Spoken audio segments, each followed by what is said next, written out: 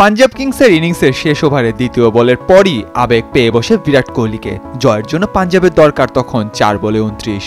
Bowler Josh Hazlewood অবিশ্বাস্য কোনো ভুল না করে বসলে এখান থেকে রয়্যাল চ্যালেঞ্জার্স বেঙ্গালুরুর না জেতার কোনো কারণ নেই। তখন দু হাতে মুখটা একবার ঢেকে ফেললেন কোহলি।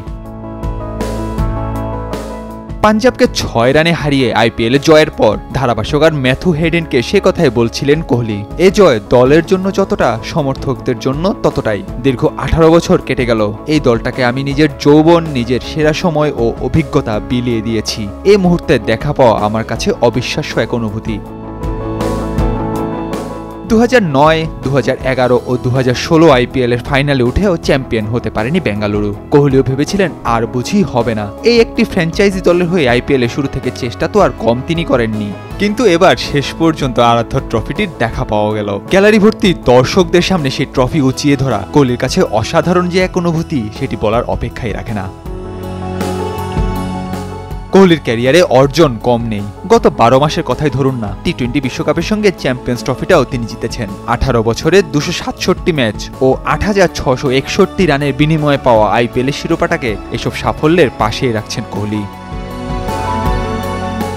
কোহলিকে আইপিএল ট্রফি জেতাতে কাল সবচেয়ে বড় ভূমিকা রেখেছিলেন বাঁহাতি স্পিনার ক্রুনাল পান্ডিয়া। 4 ওভারে মাত্র 17 রান দেন এই স্পিনার, উইকেট নেন 2টি। ম্যাচ সেরার পুরস্কারটা তাই ক্রুনালের হাতে উঠেছে।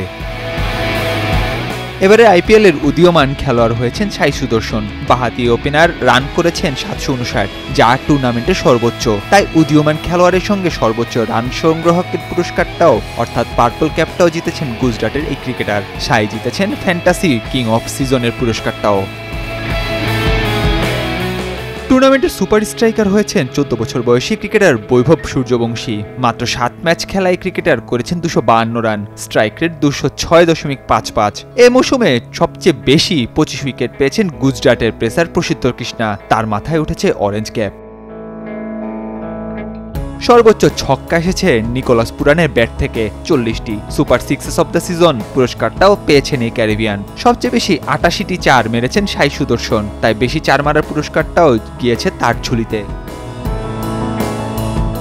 সবচেয়ে বেশি ডট বল দেওয়ার পুরস্কার উঠেছে গুজরাটের মোহাম্মদ সিরাজের হাতে। সেরা ক্যাচের পুরস্কারটি প্রত্যাশিতভাবে কামিন্ডু মেন্দিস জিতেছেন। চেন্নাইয়ের বিপক্ষের ম্যাচে ব্রেভিসের শট লং অফে দাঁড়িয়ে দুর্দান্ত দক্ষতায় লুফে নিয়েছিলেন মেন্ডিস। ফেয়ার প্লে অ্যাওয়ার্ড জিতেছে ধোনির চেন্নাই।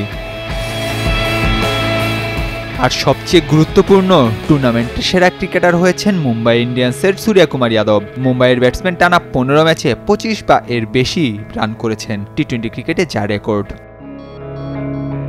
নাহিয়ান আরিফিন, নয়া দিগন্ত।